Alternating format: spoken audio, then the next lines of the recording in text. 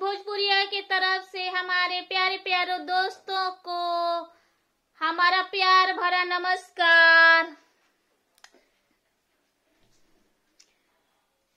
जाए नौकरी पायो भी सेना कहिए बलराम जी,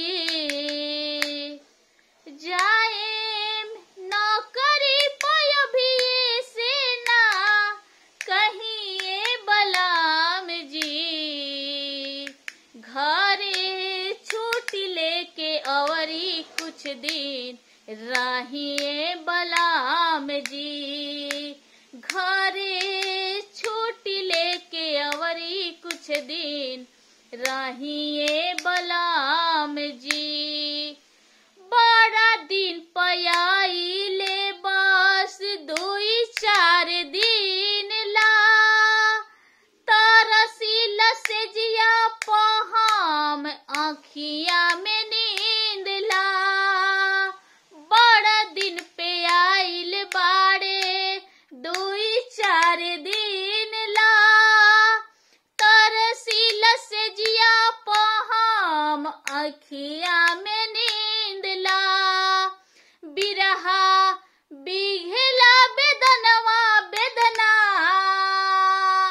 बिरहा बेघला बेदनवा बेदना असहिए बलराम जी, घरे छुट्टी लेके औरी कुछ दिन राहिए बलराम जी, घरे छुट्टी लेके औरी कुछ दिन राहिए बलराम जी। जाएम नौकरी पायो भी सेना कहिए बलराम जी, घरे छुट्टी लेके अवरी कुछ दिन राहिए बलराम जी, घरे छुट्टी लेके अवरी कुछ दिन राहिए बलराम जी।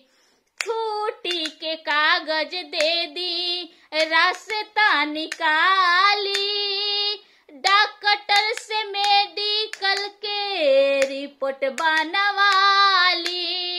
छुट्टी के कागज दे दी रास्ता निकाली, डॉक्टर से मेडिकल के रिपोर्ट बनवाली।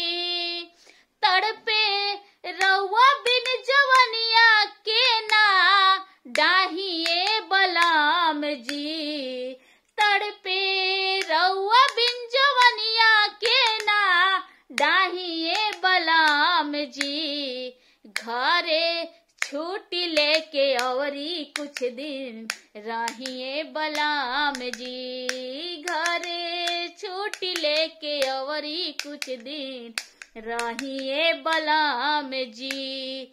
जाए में नौकरी पायो भी सेना कहिए बलराम जी, जाए में नौकरी पायो भी सेना कहिए बलराम जी, घरे छुट्टी लेके अवरी कुछ दिन राहिए बलराम जी, घरे छुट्टी लेके अवरी कुछ दिन राहिए बलराम जी, घरे छुट्टी लेके अवरी कुछ दिन राहिए बलराम जी, घरे छुट्टी लेके अवरी कुछ दिन राहिए बलराम जी, घरे छुट्टी लेके अवरी कुछ दिन